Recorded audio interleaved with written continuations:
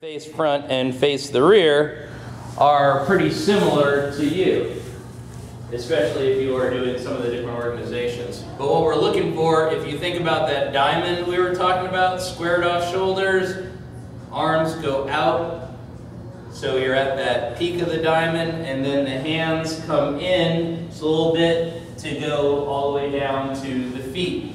So we're looking at the diamond. The heels are closer together, all the way, and slight bend in your knees, pushes the quads out. So heels are together and the knees get pushed out so you can see more of the sweep in the quads.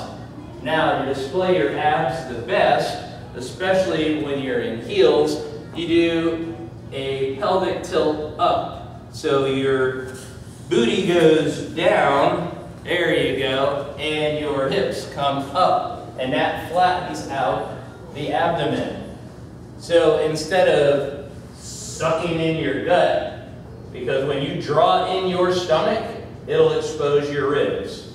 And we don't want you to look ribby when you're on stage. We want you to look flat. When you're in heels especially, that puts the lordosis of the spine automatically in there, and then your abs stick out. A lot of bodybuilders try to do that too, is they push their hips down to try to make their glute and back look bigger. It looks ridiculous. You pull it up, it makes you look flatter without sucking in.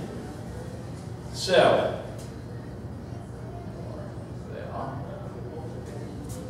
let's get you a little less on the motorcycle. Good. Good. All right. Now, quarter turn to the right.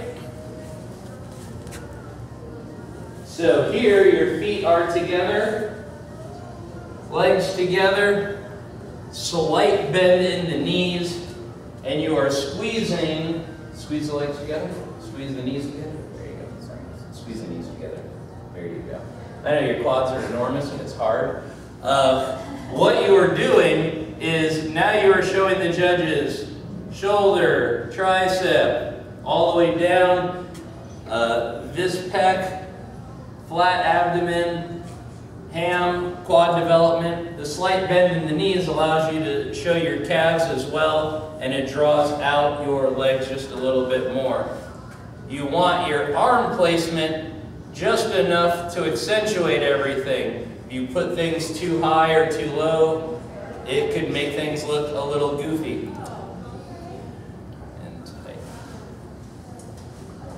Now, also, depending on your stature, is going to be where you put things as well.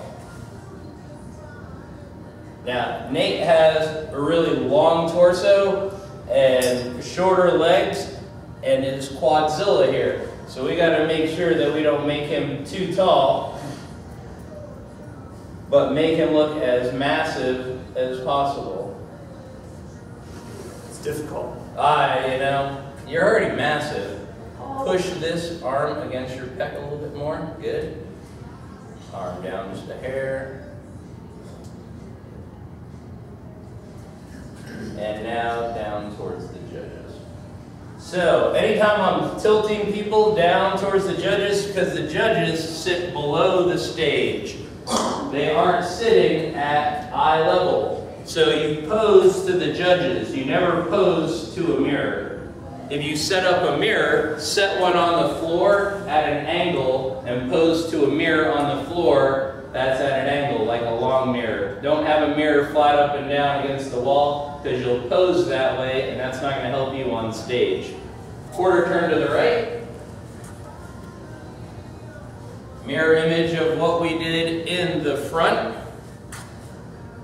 We are showing the broadness of the back, calf development, hamstring development, taper at the waist, and that nice diamond figure. Elbows forward a little. Good. Down.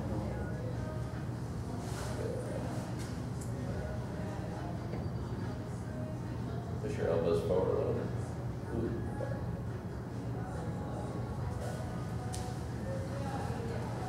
All right, elbows out. Forward, open your back more. Open, forward, forward, forward, forward. Stop, relax. When I say open it, I want everything to rotate forward. So, yes. So it stays nice and open and flat. Good. Next, quarter turn to the right. Now we're displaying the other side, and you will notice you'll have a favorite side, probably more than the other side. But basically, mirror image.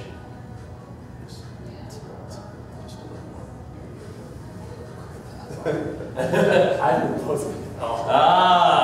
It always, I'm not gonna lie. it always shows when you've been practicing or not. When you pose and when you practice, you should start at about 30 seconds of pose, and then build it up to a minute of pose, then 2 minutes of pose, and face the front. And these are your 4 quarter turns, or the compulsory round when it comes to bodybuilding.